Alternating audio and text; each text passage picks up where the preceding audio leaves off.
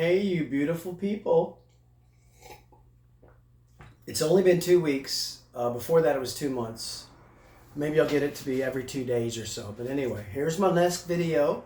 And I'm going to focus on my meditation experiences, okay? And I would say it started in graduate school. I had a professor who mentioned the book Siddhartha by Hermann Hesse. And he said, if you're thinking you're not aware, and at the time I was like, what does that mean? I think all the time, you know? So he kind of planted the seed and going through some, turmoil in my life. But anyway, I started going to the Atlanta Zen Center. I read some books like Zen Mind, Beginner's Mind by Dr. Suzuki or something. So anyway, I started going to the Atlanta Zen Center, which was kind of just a small little old garage, I guess, near the Bohemian section, Little Five Points there. And that's where it used to be. And you would basically, for 45 minutes, just sit facing a wall. And then, you would do 5 minutes walking meditation, then another 45 minutes sit facing a wall. And then someone would give a little Dharma talk or something like that. So that's kind of how it started. And I started going to longer retreats there, and then a little place up in the mountains, Southern Dharma Center, maybe 2-3 day meditation retreats and all, silent meditation, And I've done 3 10-day retreats.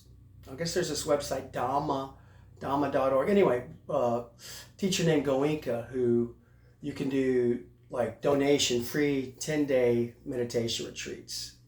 And I've done one in India, I did one in Mexico, and I did one here in Taiwan maybe 15 years ago or so, and all. And I've had friends who've done them longer, and many other treats. Oh, and one other thing is I did 5 weeks.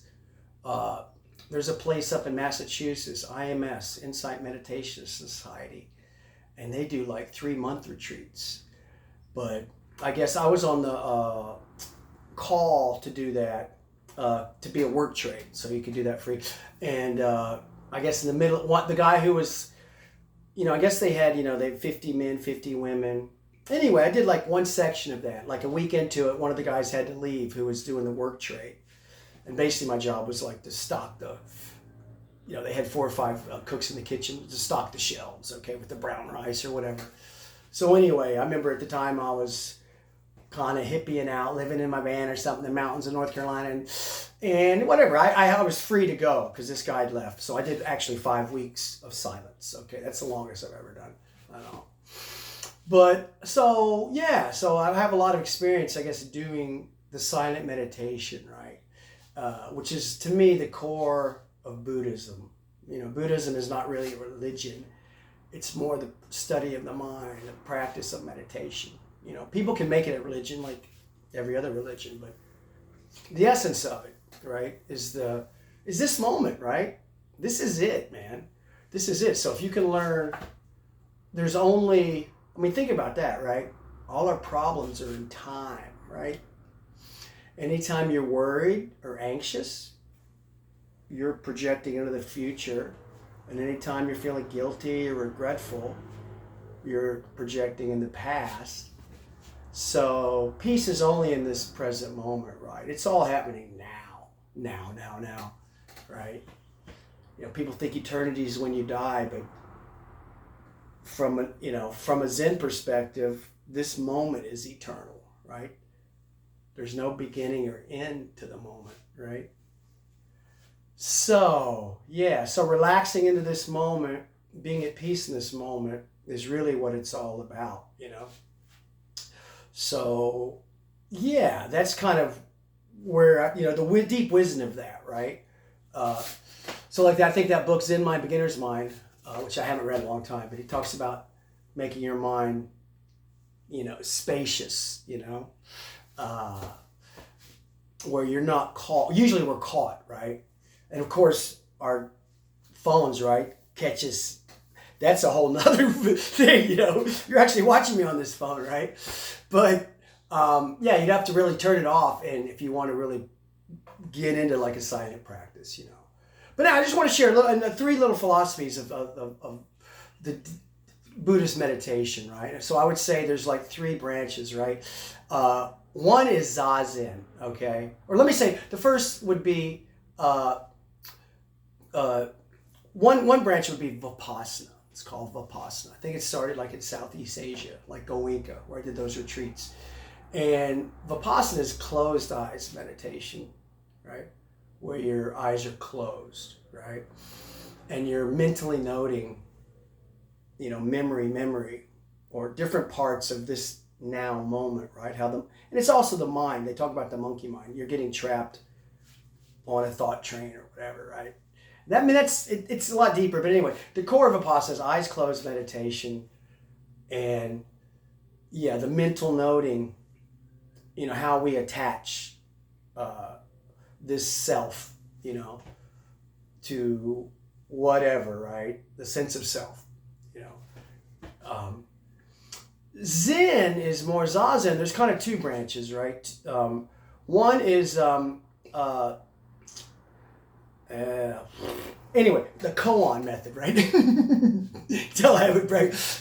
But the other thing is Soto Zen, which I'm more familiar with. And the koan would be like, what is the sound of one hand clapping? And you focus on that until your mind kind of has a breakthrough. But Soto Zen is just silently sitting, right? And in Soto Zen, you keep your eyes slightly open, right? And you're aware of your posture and sounds, right? All of it, right? Feelings, how you're feeling in this moment, right? So you're just focused on that, right? And you like the exhale, right? Letting it all go, right? Most of the time, we're chest breathers, right? The Buddha belly, right? To loosen it up, right? I remember reading one, you could say some people think people are too repressed to go straight into like Buddhist meditation, right? Like Vipassana or something.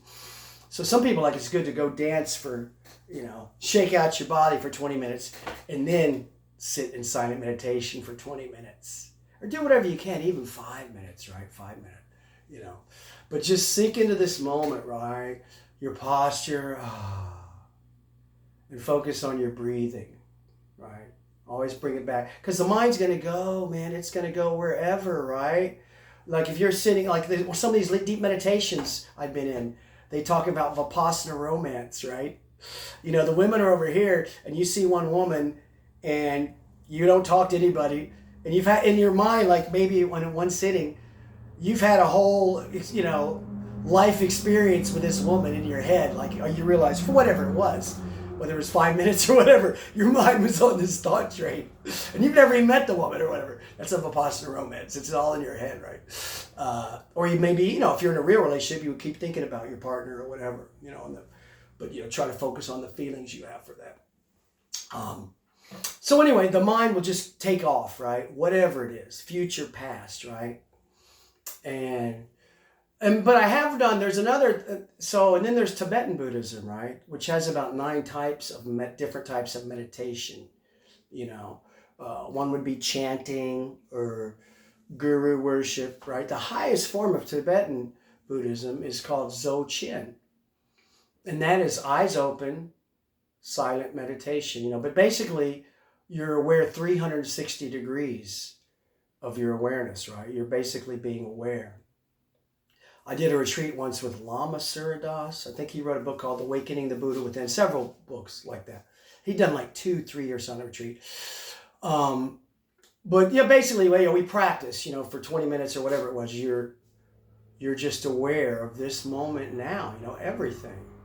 The sounds in the background, your breathing, your posture.